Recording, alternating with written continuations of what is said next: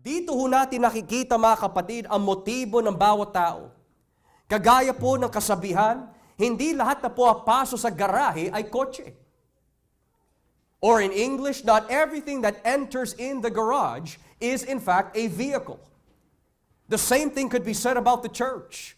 Hindi lahat na po pasok sa simbahan ay maituturing na Kristiyano or true believer in Christ. But rather, there are those who are displays and there are those who are disciples. A display is someone who hears the word pero walang pagbabago sa kanilang buhay. Ayaw mag-commit sa Diyos. Hindi handa na isuko ang kanilang pagkatao, but rather, nasanay lamang po sila sa pakikinig at hanggang doon na lang ang kanilang paglilingkod sa Diyos. But a disciple is different. They are being reformed by the Word of God sa araw-araw. They are being convicted of their need of Christ. At sa tulong po ng biyaya ng Diyos, they are desiring to improve and to live for Christ's glory. Yun ang isang alagad ng Diyos. Handang magpagamit, handang maaralan, handang matuto. They are willing to do anything, at any time, at any cost, sa pamagitan po ng biyaya ng Diyos to serve Jesus. Not so much can be said, mga kapatid, about these alleged disciples na sumusunod kay Kristo. Na kung babasahin po natin ang John chapter 6, let us read John chapter 6, beginning at verse 60. Right after nangaral ang ating Panginoon tungkol sa kanilang tunay na motibo, look at what they say in verse 60 of John 6. Nang marinig iyon ng mga tagasunod ni Jesus, marami sa kanila nagsabi, mabigat ang itinuturo niya. Sino ang makatanggap nito? Or in English, on hearing it, many of his disciples said, this is a hard teaching. Or we can be literal in this translation, this is a harsh doctrine.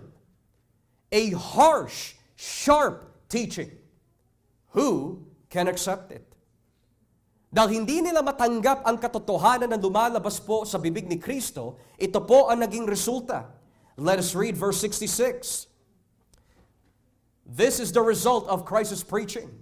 Mula noon, marami sa mga tagasunod niya ang tumalikod at hindi na sumunod sa Kanya. Yan ang natutunan po natin when we were in John 6. Hindi lahat na lumalapit physically kay Kristo ay inilapit ng Ama spiritually sa Kanyang anak. The same thing could be said of the church. Hindi lahat na puwapasok physically in the church ay inilapit spiritually ng Ama kay Jesus. And the determining factor ay ito, how we respond to the words of Christ. Kapag ikaw ay natisod at hindi na nanumbalik sa Diyos, you demonstrate na hindi ka inilapit ng Ama kay Jesus. But if you are convicted of your sins, and you humble yourself before Christ, and you are broken before the cross, dahil nakikita mo kung gaano katotoo si Jesus, at kung gaano po tayo kasinungaling.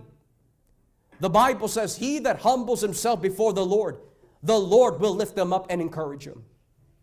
In this case, ang sino man magpapakumbaba sa harapan ni Kristo ay mabibigyan ng buhay na walang hanggan. So now that raises the next question. Ngayon napapasok po tayo sa John chapter 7, what is happening in this chapter?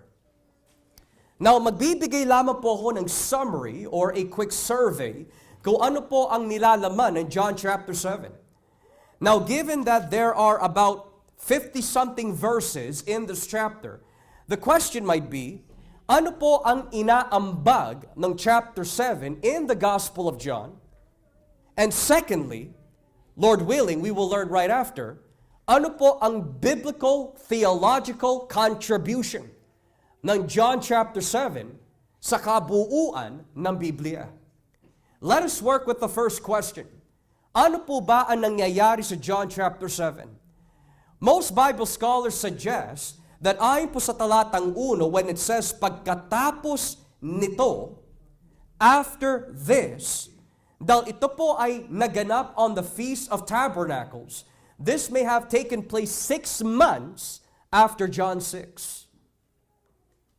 Hindi po binanggit after a day or after 1 week, but rather after this, specifying that may nakalipas po ng mga ilang panahon bago po naganap ang mga nangyari in John 7. So lagi ho natin tatandaan between John 6 and John 7, there is great possibilities na maaari, due to the Feast of Tabernacles, there is 6 months na namamagitan between John 6 and John 7. Moreover, pwede po natin bigyan ng titulo ang John 7 ng isang pamagat na kung tawagin, the controversial Christ. Ang Kristo that is controversial. Na bakit po matatawag po natin ang John 7 with the title, The Controversial Christ? Kapag sinabi po controversial, someone who is scandalous. Someone that people talks about. Someone that people fight over. Talagang he is the main news at pinagtatalunan siya ng mga tao, pinag-uusapan ng mga tao. At maaari ho natin dagdagan ang katanungan, saan banda naging controversial si Jesus? Unang-una mga kapatid, naging controversial po si Jesus sa kanyang mga katuruan. Read with me in verse 15 of John 7. Let's read verse 15 of John 7.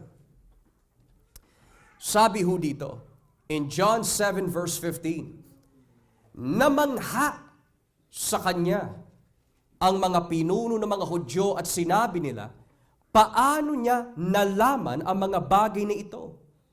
Gayong hindi naman siya nakapag-aral. Nang ibig sabihin, hindi siya iskolar. Hindi siya dumaan sa mga sinagoga upang maaralan sa kanilang mga seminaryo.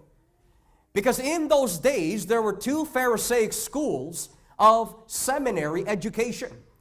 Yung tinatawag na Shammai at yung tinatawag na Hillel. And these 2 Pharisaic schools of Jewish interpretation constantly debated with one another. Halimbawa, kapag dating po sa konteksto of divorce, there were some individuals that were teaching from one school saying, men can divorce their wives for every reason.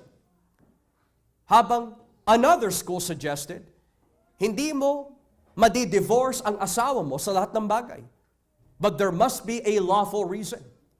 So yun po yung mga interpretation from these type of Jewish schools, the Hillel and the Shammai.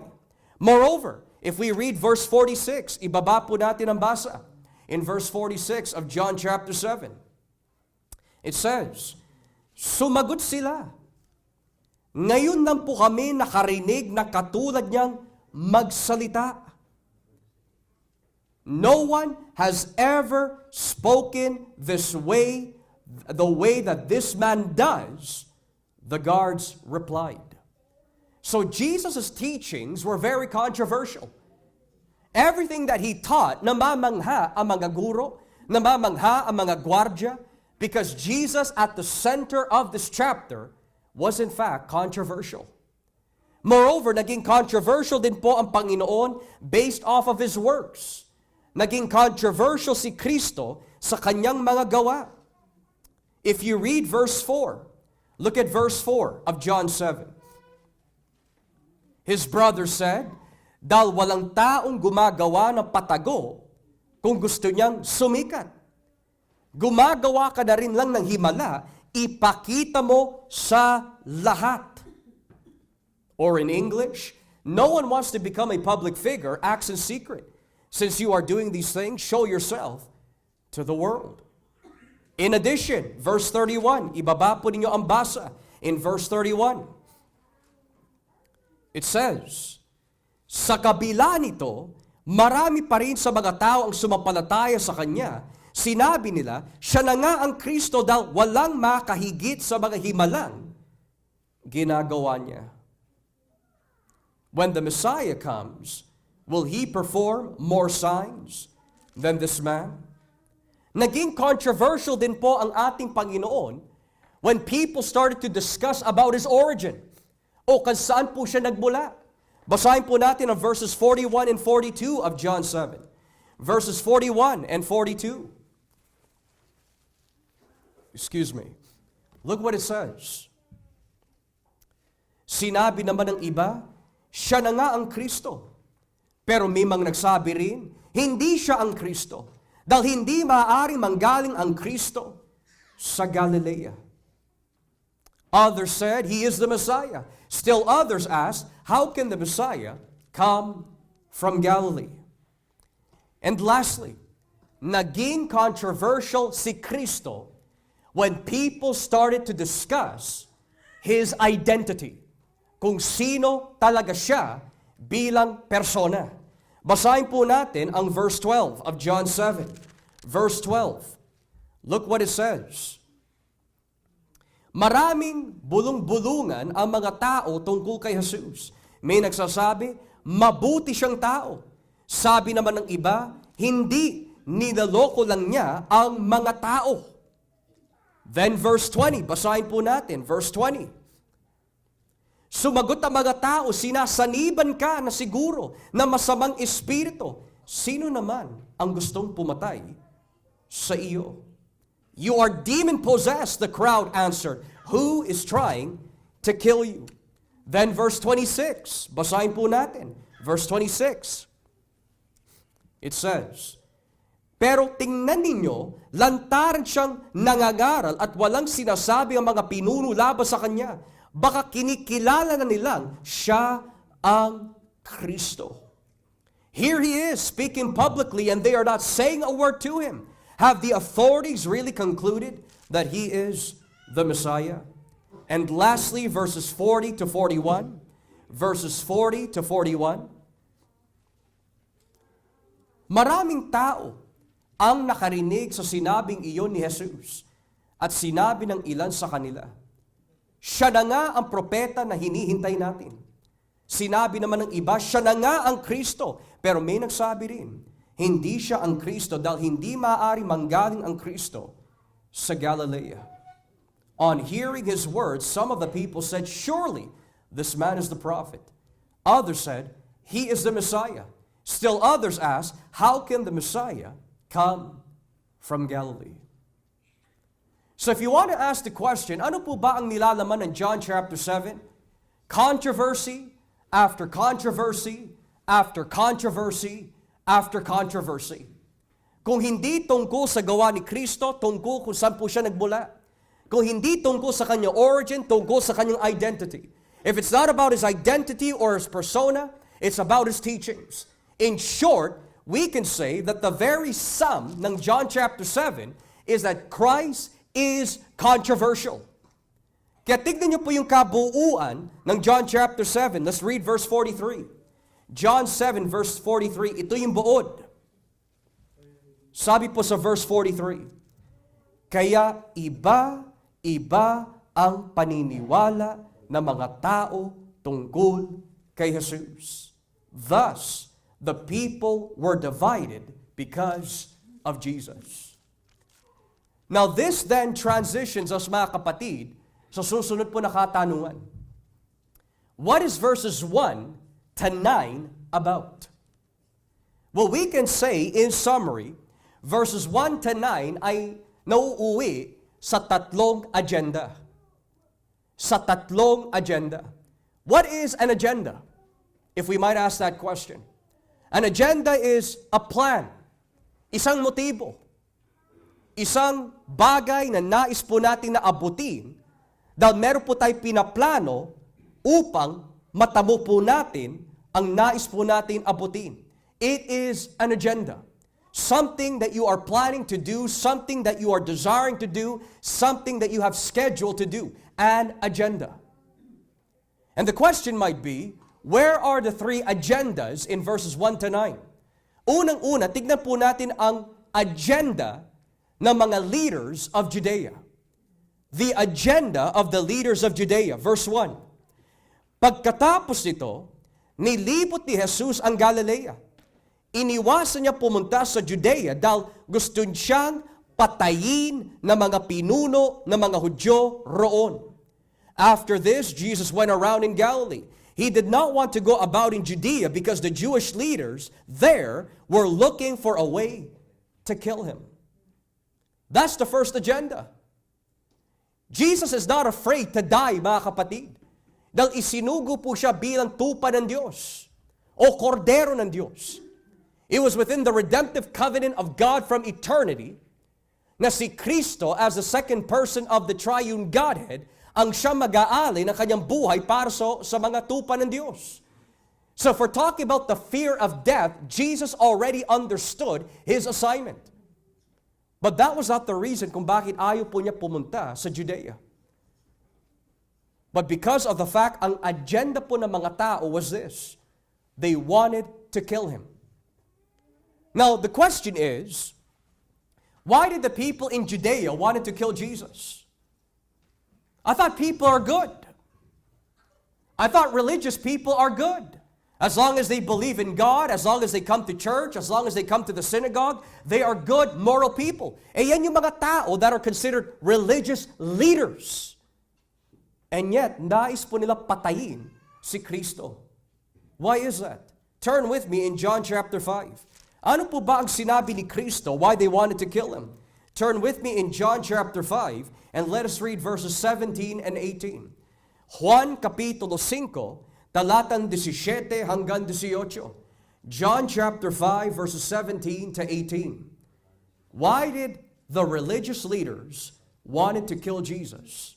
Sabi ho dito, pero sinabihan sila ni Jesus, patuloy na gumagawa ang aking Ama, kaya patuloy din ako sa paggawa. Verse 18, dahil sa sinabing ito ni Jesus, lalong sinikap ng mga pinuno ng mga Hudyo na patayin siya. Sapagkat hindi lang niya nilabag ang batas tungkol sa araw ng pamamahinga, kundi tinatawag pa niya sariling Ama ang Diyos. At sa gayoy, ipinapantay ang sarili sa Diyos. My Father is always working to this very day. And I too am working. For this reason, they tried all the more to kill him. Not only was he breaking the Sabbath, but he was even calling God his own Father, making himself equal with God.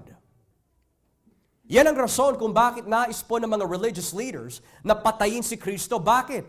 Because Jesus says that on the Sabbath day, kung saan ang lahat ng mga tao ay titigil sa kanilang pagtatrabaho under Israelite and Mosaic law, ang ginawa naman po ni Kristo was to make the statement, my Father is always working. Nang ibig sabihin kung ang Diyos ay titigil sa pagkilos, mamamatay ang lahat na may buhay. So even on the Sabbath day, the Father has to work in the context of sustaining life. Pero dinagdagan pa ni Jesus, not just only my Father, but even I myself am working. Nang ibig sabihin, the Jews understood that statement to mean, ang Diyos lang ang nagbibigay ng buhay even on the Sabbath day and thus He must work. Pero kung sinasabi mo, kapantay mo ang Ama sa ganyang klaseng kategorya, you are blaspheming and claiming divinity or deity. And for that reason, the Bible says they picked up stones and they wanted to kill Jesus in other parts of the Gospel of John. Alam niyo po mga kapatid, we often say that bad people are those who are not religious. But the Gospel of John clearly teaches us kung sino pa ang mga so-called naniniwala na may Diyos, kung sino pa yung mga taong reliyoso sa kanilang pagsusuri ng kasulatan, they are considered to be the worst of them all. And that is no different than in our generation. Many people are willing to cancel the Christian church because of the truth that comes out of the Bible. If you say to the homosexual, whether they are homosexual or lesbian or transgender, that God created you as male and female from the very beginning, and it is because of your corruption of heart, that's why you make that choice to deceive yourself, what will they say? Cancel him. Put him in jail. Homophobic. Transphobic. But if anyone who understands the meaning of homophobic and transphobic, homo coming from the Greek word homos, meaning same, and phobic, phobos from Greek, which means fear, it literally means fear of homosexuals, fear of transgenders, fear of lesbians. Hindi ho. That's not the right term to use. The right term to use is, mahal ka na yung kapwa, people love you enough to tell you the truth, that's why they are confronting you in your sin out of love. Or for others, adultery is a sin. And therefore, marami matitisod, marami magagalit. And they will no longer come back to church because they are hearing the very sword of God's word penetrate ang kanilang baluktot na pamumuhay. Or if you tell the thief that stealing is a sin, hindi na siya nababalik. Why is that? Because men are living in denial. They want to suppress the truth. They want to deny the truth. That's why there are many people who are atheists. They are atheists not because God is not known. They are atheists because God is so known that they just don't want to accept the God of the universe. Ang pinakamangmang na mga tao are not those who believe in God. The most foolish people are not those who believe in Jesus. The greatest fools are those who reject Jesus. Why is that? First and foremost, Jesus died on the cross to provide a way of salvation. And men are stupid in thinking that they are good enough to save themselves. Men are stupid enough to reject Jesus because they think that they have a righteousness that the Father can accept in order for them to enter into heaven. And yet kung titignan po natin ang 10 utos, if we will evaluate all 10 commandments, have you ever lied in your life? Absolutely. Have you ever lusted in your heart? Absolutely. Have you ever loved or focused on something more than God? Absolutely. So you've already broken 3 of the 4 commandments, 3 out of the 10 commandments rather. How can you say you're good? That's the reason why Jesus, sa agenda po ng mga puno ng Israel, wanted to kill him. Dahil hindi nila matanggap na totoo ang kanyang sinasabi. You will experience, beloved, that your own relatives will avoid you, will laugh at you. They will ignore you kapag binahagi mo na ang salita ng Diyos. Once you start sharing to your cousins, once you start sharing to your relatives, once you start sharing to your coworkers, once you start sharing to your loved ones about Christ, the first thing they're going to do, they're either going to look at each other, give each other's looks, walk away, laugh at you, persecute you, talk behind your backs. Why is that? Dahil yun ang fruit at bunga ng isang tao that doesn't know Christ. How should you respond? Dapat ba magalit ka? Dapat ba rumesbak ka? Absolutely not. The reason why people avoid hearing the gospel is because of the fact they know deep in their conscience that they are sinners, but they refuse to believe what you're saying. So ano po yung pinakaugat? What is the very root kung bakit ayaw tanggapin ng mga tao? Why people don't want to accept Jesus or the message you bring them? Is because of pride. I have my worldview, you have your worldview. Ito ang pananaw ko, yan ang pananaw mo. Respetuhin mo na lang. That's the language of pride. Even if the evidence suggests that this is a brown platform, but those who reject Christ will say, no, it's yellow. Because of pride. They're blind in their sins. Ganon din ang mga puno ng Israel. They wanted to kill Jesus as a part of their agenda dahil hindi nila matanggap ang salita ng Diyos. The second thing that we find out in John chapter 7 is with relation to the second agenda. Tignan po natin yung ikalawang agenda. Let's see the agenda of the brothers. John 7, verses 3 and 4. Excuse me. John 7, verses 3 and 4. Basahin po natin. Sinabi ng mga kapatid ni Jesus sa kanya, bakit hindi ka umalis dito at pumunta sa Judea para makita ng mga tagasunod mo ang ginagawa mo? Dahil walang taong gumagawa ng patago kung gusto niyang sumikat. Gumagawa ka na rin lang ng himala, ipakita mo na sa lahat. Jesus' brothers said to him, "Leave Galilee and go to Judea, so that your disciples there may see the works you do. No one who wants to become a public figure acts in secret. Since you are doing these things, show yourself to the world." Now, kung ang agenda of the Jewish leaders was, we want to kill Jesus, ano naman po ang naging agenda ng mga kapatid ni Kristo? And before we answer that, notice how the Bible says, Jesus had brothers. There is this tradition na nagtuturo that Jesus never had siblings and that Mary always remained a virgin, na nanatili ang pagiging berhen ni Maria. Pero mali ho yun, mga kapatid. Mali na binabanggit po dito, Jesus had brothers. You know, if you're going to enter into a religion, you have to make sure that yung papasukin mo na reliyon ay tama. You don't just go into a religion and not even know kung ano yung pinasukan mo. Here, it's quite clear, si Maria ay hindi nanatiling berhen dahil nagkaroon ng kapatid si Jesus. Now, our Roman Catholic friends will say, respectively, they're scholars, and they would say, Joshua, yung Greek word na ginamit po dito for brothers can mean cousins. The problem with that is that the Greek word na ginamit po dito is adelphoi.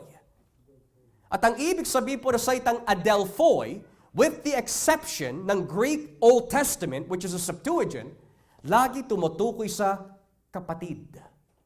Never pinsan. Always kapatid.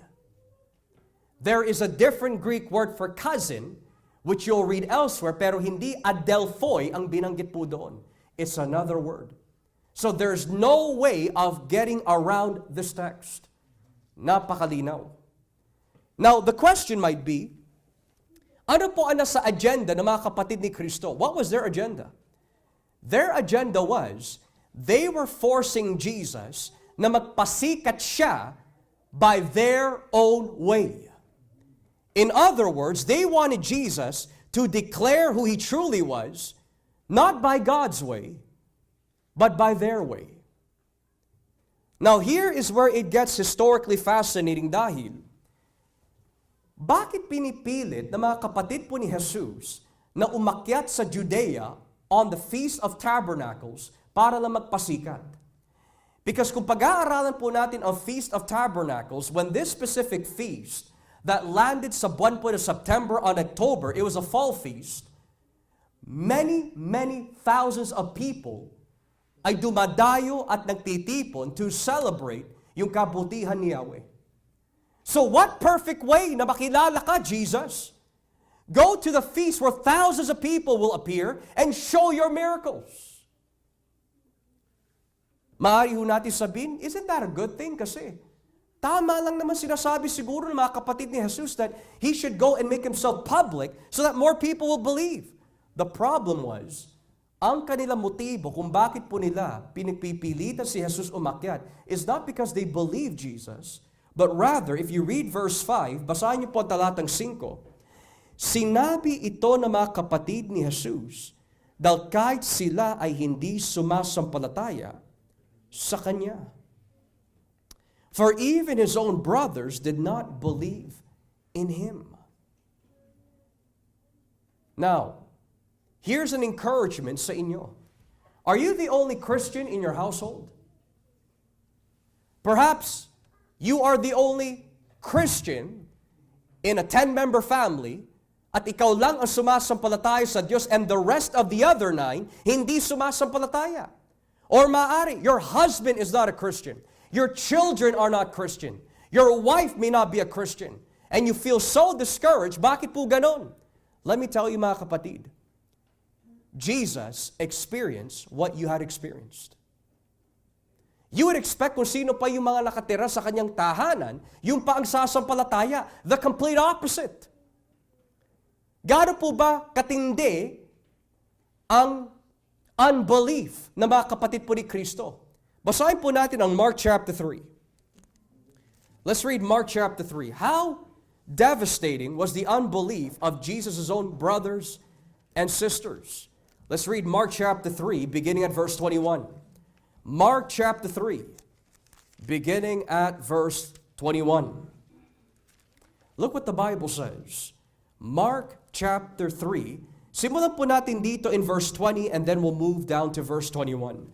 Marcos 3:20 hanggang 21. Ito po ang nakalagay. Pag-uwi ni Jesus sa bahay na tinutuluyan niya, muling tumating ang napakaraming tao kaya siya at ang mga tagasunod niya ay hindi man lang nagkaroon ng panahon para kumain. Verse 21.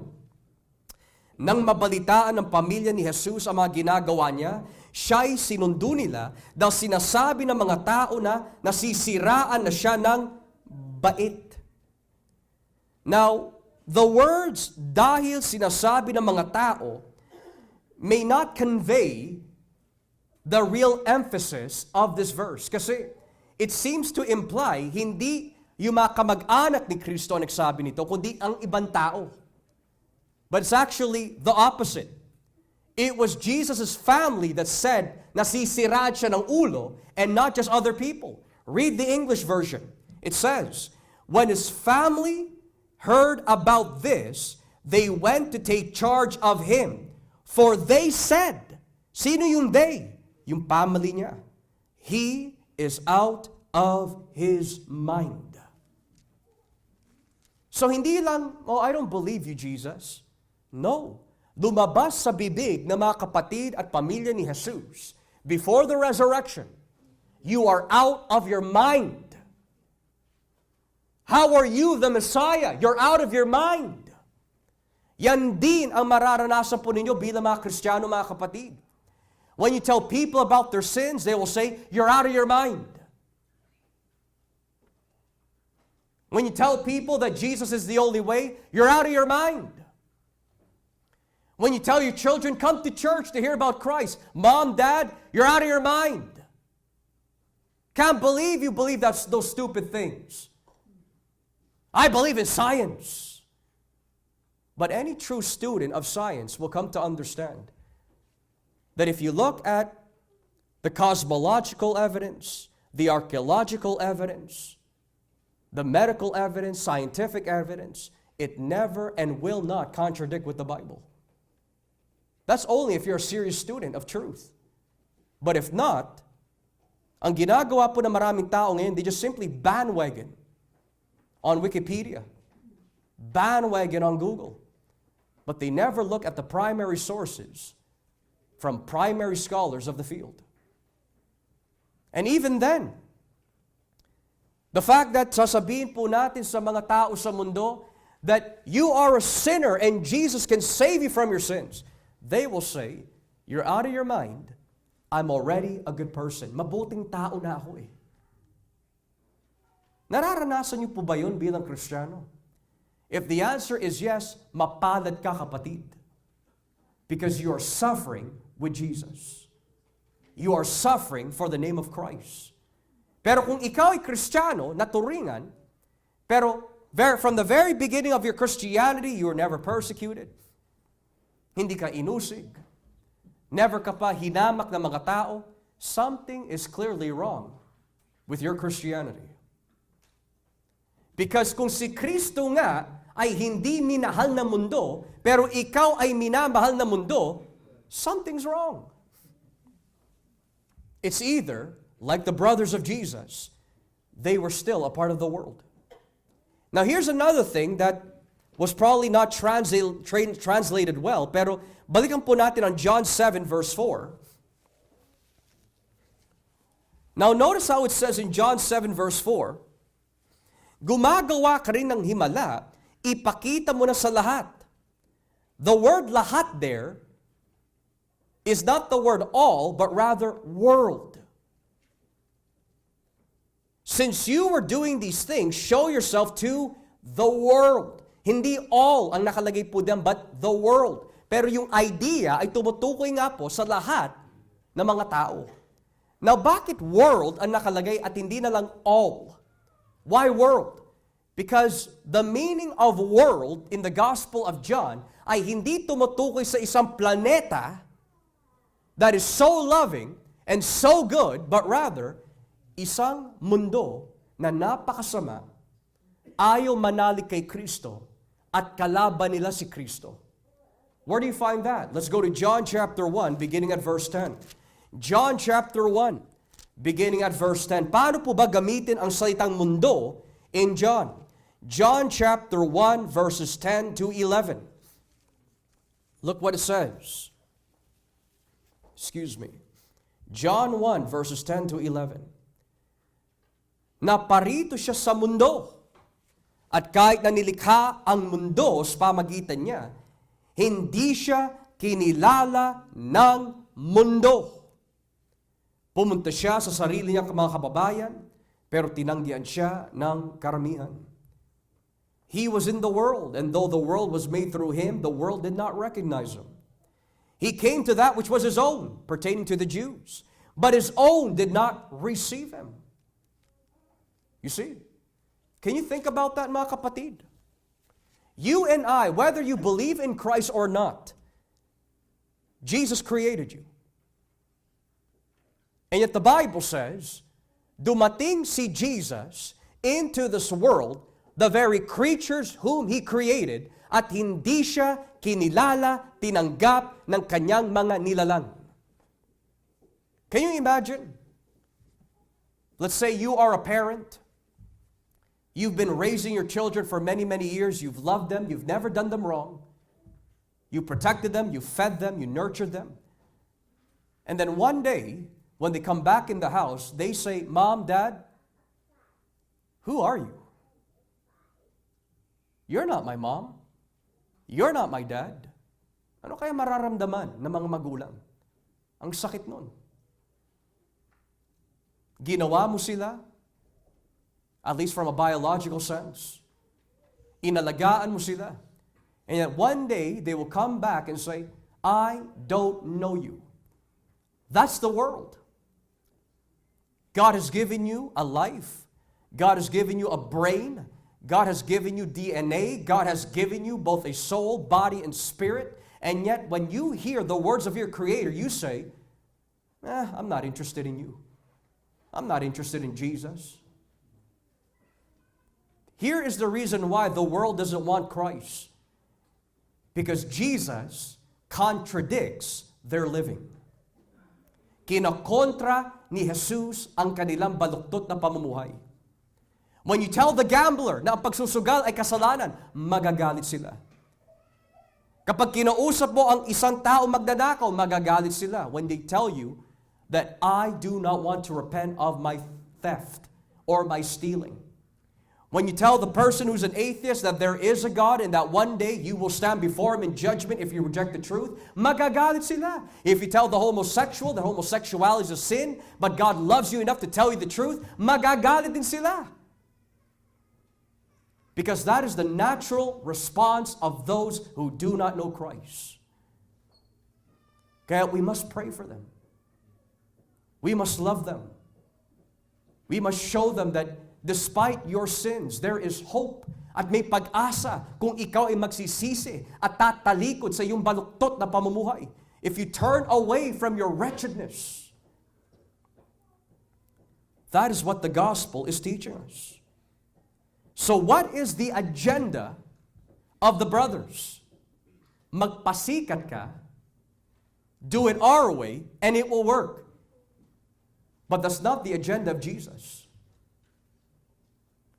Hindi trabaho ng kultura na diktahan ang salita ng Diyos. It is the Word of God that dictates the culture.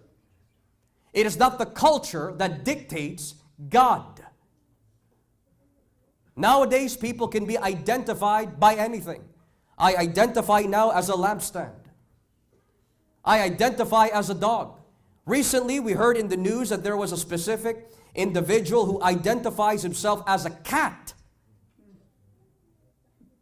That's how messed up our world is. Wala ng common sense.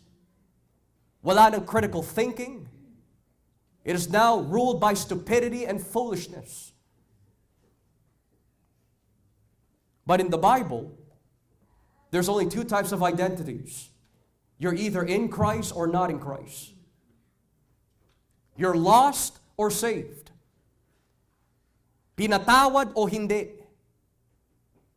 Na kay Kristo o hindi kay Kristo. Yun ang pinaka-importanting identity. Because wherever you die in the state of your identity, ang siyang magbibigay sa iyo ng hukom at hatol kung saan ka pupunta sa kabilang buhay. Pero purihin po ang Panginoon, mga kapatid, that if your identity is in Christ, though the world may mock you, though the world is against you, though the world may persecute you, the Bible teaches us, if you are in Christ, and if God be for you, who can stand against you? Nothing can ever separate you from the love of Christ. Kahit gaano kalalim pa ang ating mga kasalanan, and even though you fail many times as a Christian, but because you are in Christ, ang pangako po ng Diyos, you will never be separated from the love of God. Hindi ka niya iiwanan o pababayaan.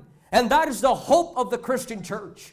My identity is not in my performance. It's not in my career. It's not in this church, kundi na kay Kristo Jesus, the Christ who died and rose again. That's where my identity is.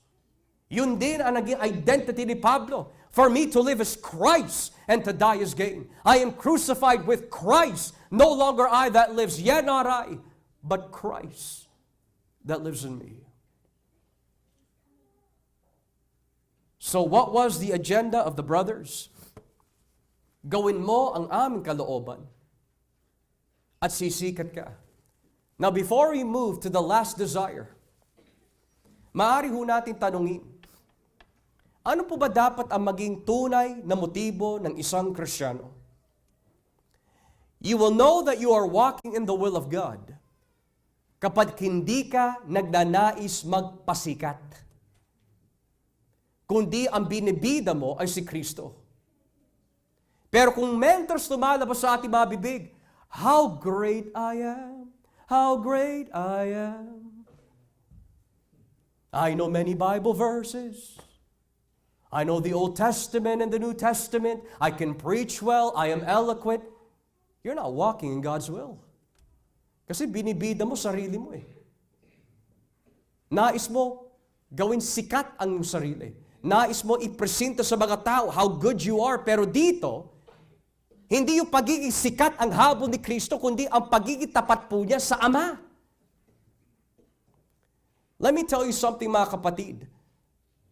Ang sukatan ng kabanalan ay hindi sa sikat ka o hindi.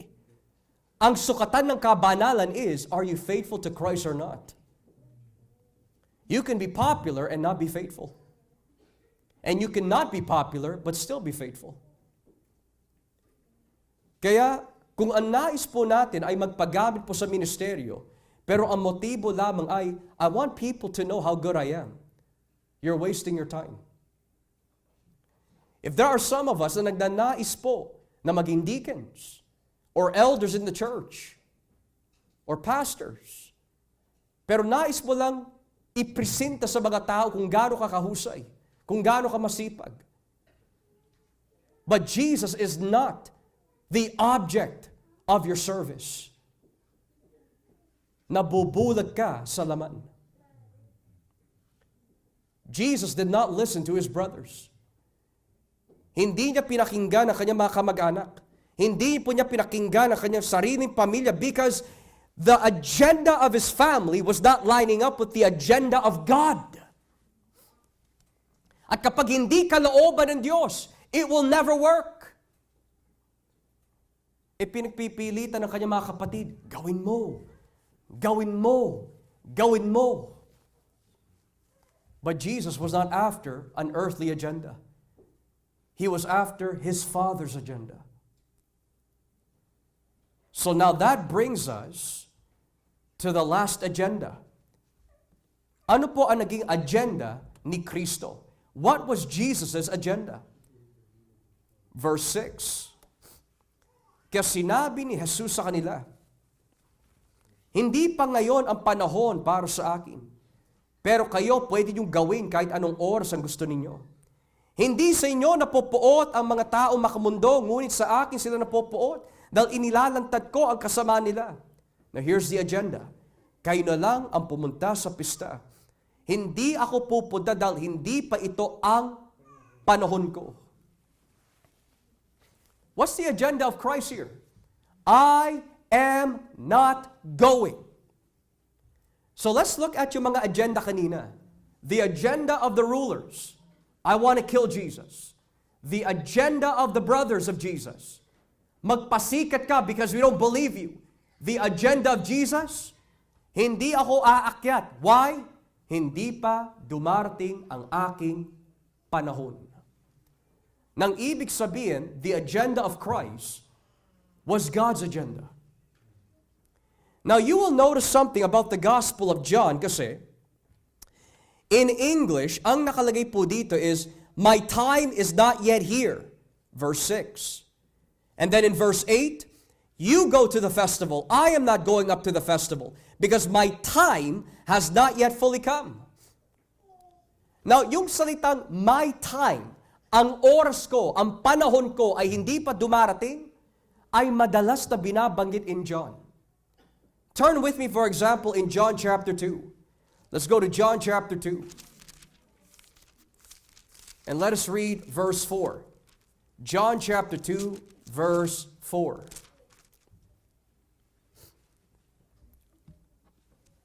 Look what it says here. Sumagot si Jesus, babae, huwag po ninyo akong pangunahan. Hindi pa po dumarating ang panahon ko. Woman, why you involve me? Jesus replied, my hour has not yet come. You see? And all that Mary was asking, anak, the wine barrels, the wine vans, empty na. And Jesus says, woman. Now, in our modern context, iisipin po natin, woman. If I ever called my mom woman, sigurado sasampalin niya ako. Can you imagine that? Anak, kumain ka na ba? Woman, please. Can you imagine that? That is very rude. So now, people are suggesting, skeptics of the Bible, see, Jesus is rude. But we have to understand the historical context. Ang ibig sabihin po ng woman, gune, is another of saying, madam, ma'am. Kumbaga parang, it's very, very respectful. May paggalang yun, parang katumbas ng inay. Magalang na babae. Hindi yun, babae. That was not the tone of Jesus. So always remember that yung tono po ni Kristo dito is not disrespect, but it was a cultural respect. So Jesus says, my time has not yet come. Let's read John chapter 8, verse 20.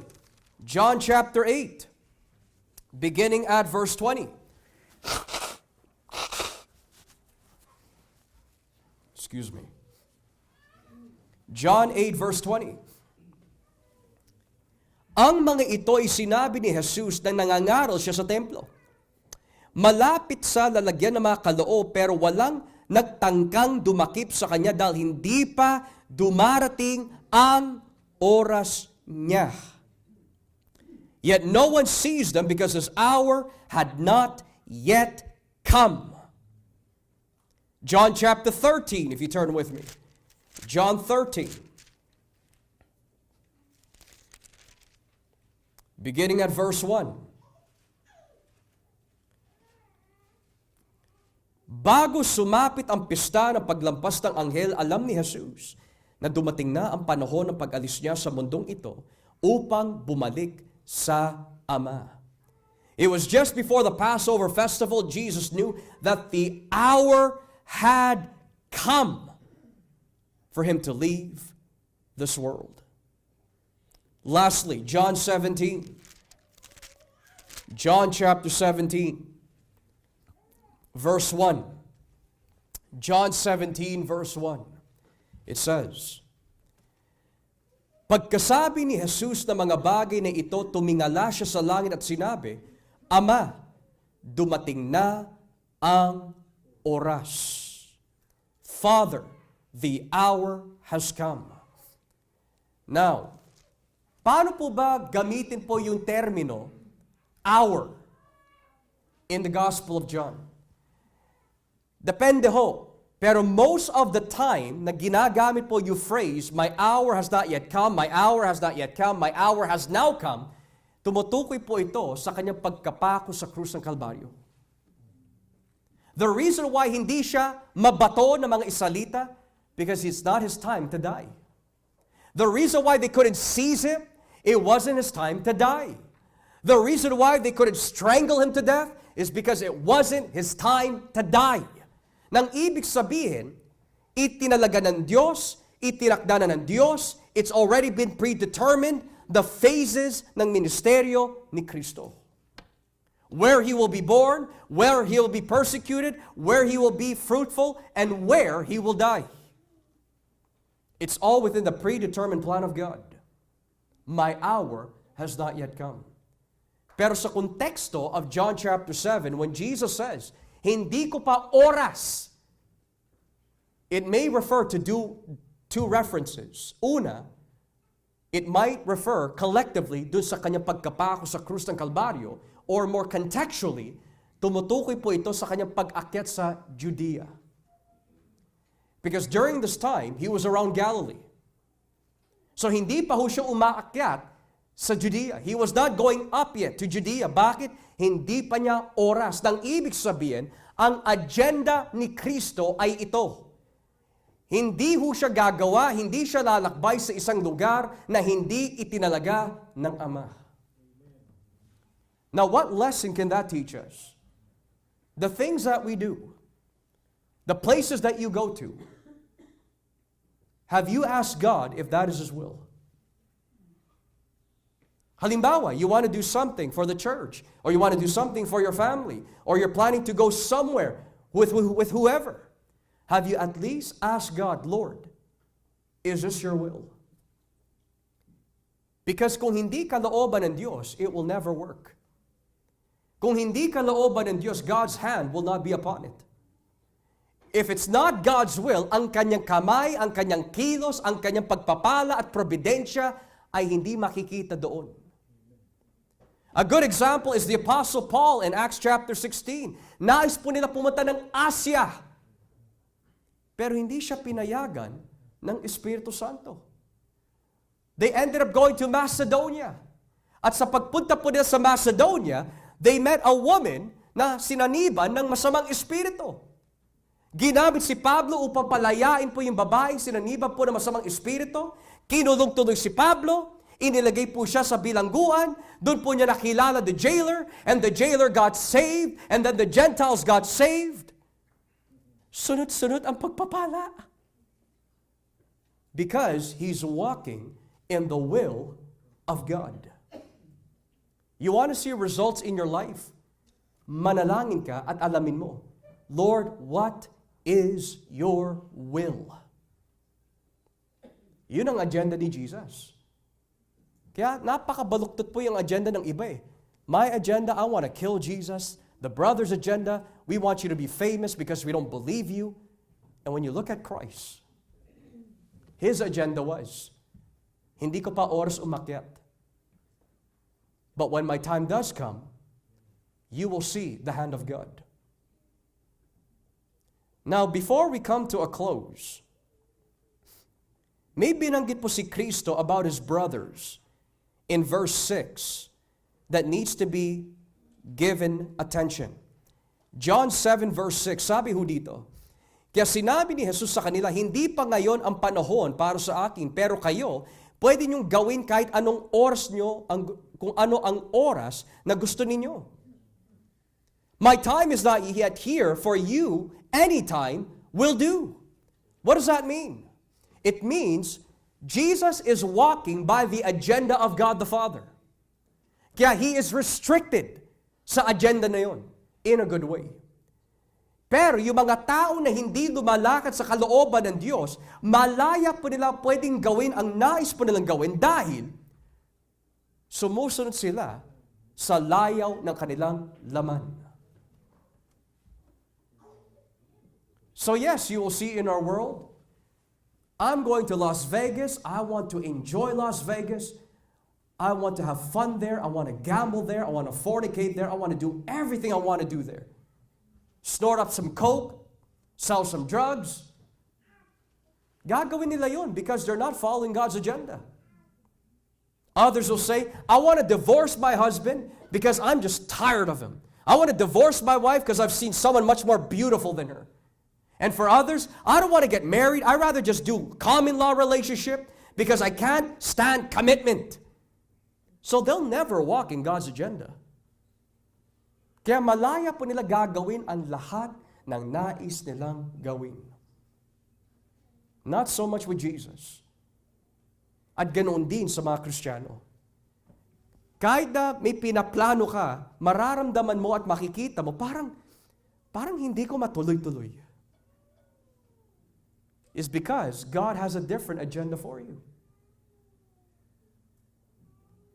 There are some of you, hindi nyo pinaplano pumunta dito sa Canada.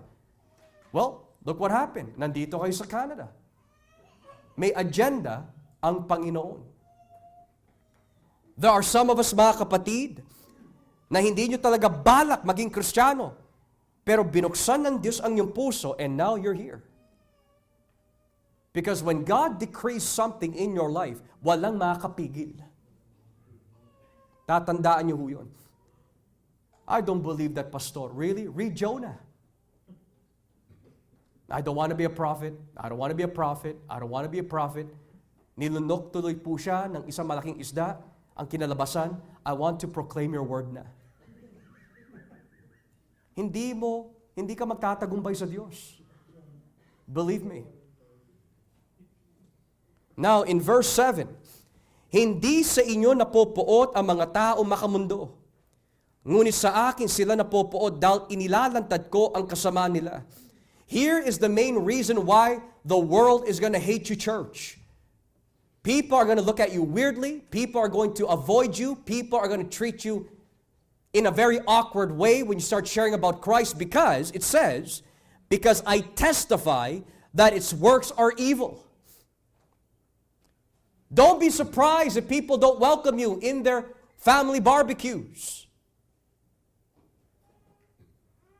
or their drinking parties or out in the movies when you used to hang out with them. Don't expect people of the world to invite you. They will avoid you. Why? Because they cannot stand the truth that you're saying. Rejoice. You know, the Christian is a win-win. If the world hates you and they kill you, you're going to be with Christ. If the world hates you and puts you in jail, it's still a win because you're now suffering for the glory of Christ. It's a win-win for the church. Kaya galit na galit ang diablo. Because the whole purpose of persecution ay para manghina ang iyong pananampalataya. The whole purpose of trials na nanggagaling minsan sa kaaway is to discourage you para hindi ka na magpatuloy. Pero kung ikaw ay na kay Kristo, ang kanyang pangako ay ito, I will never leave you, nor forsake you. Now to conclude, and this might catch us off guard, pero ano kayang conclusion nito? Well, it's in verse 2. Nang malapit na ang pista ng mga Hudyo na tinatawag na pista ng pagtatayo ng mga kubol. Now, if you are an author of the Bible, mapapaisip ka talaga eh. What does that have to do with anything? Kasi kung ang nais mo lang ipresente, there are 3 agendas in verses 1 to 9. Bakit mo pa kailangan ilagay nangyari ito sa pista ng pagtatayo ng kubol, the Feast of Booths or Tabernacles? Why does John have to say that? Well, let's answer the first question. What is the Feast of Tabernacles? Ano po ba ang pista ng pagtatayo ng kubol? To give us a summary, ito po yun. Every September and every October, which is the fall months, ng mga Hudyo, magtatayo po sila ng mga leafy or we could say mga kubol para doon po sila titira for 1 week. Bakit? Dahil ang nilalarawan po ng mga leafy or kubol na elemento po na yan that shelters them is the providence and goodness of God na meron sila tinitirahan. Kasi nung sila po ay nasa wilderness, nung sila po ay nasa Egypt, wala silang matirahan. Secondly, it was a common Jewish tradition that hindi lang po sila titira ng 1 linggo sa mga kubol, kundi gagamitin po nila yung mga kubol upang makakuha ng tubig. Ano naman ang tradisyon nun? Is because ang nilalarawan po na pagkuha ng tubig within yung kubol na yon is, nung sila ay uhaw na uhaw in the desert, God provided water through the rock. And thirdly, ang ginagawa po ng mga tao sa pista ng pagtatayo ng kubol, kumukuha po sila ng mga lamps at kumukuha po sila ng anumang candles and they would light up the place. At lalo na, kung ikaw ay nasa templo ni Solomon, there is a specific section po doon na kung tawagin the Temple of Women. And in the Temple of Women, may mga malalaking mga haligi, mga malalaking pillars, we could say, that they would light up. Now, this leads up to the second question. What does that have to do with John 7?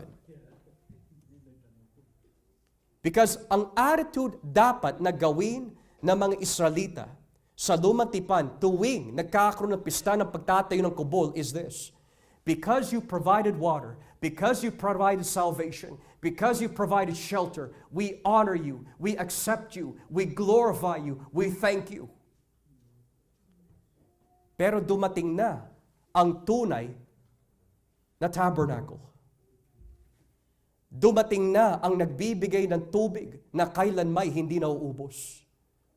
Dumating na ang ilaw ng mundo.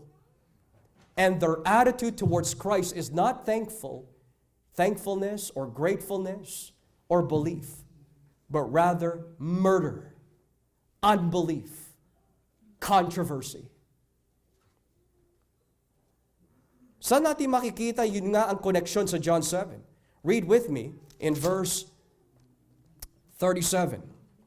John 7:37.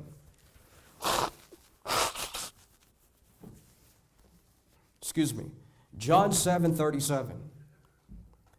Nang dumating ang huli at pinakamahalagang araw ng pista, tumayo si Jesus at sinabi ng malakas, ang sino mang nauuhaw ay dumapit sa akin uminom.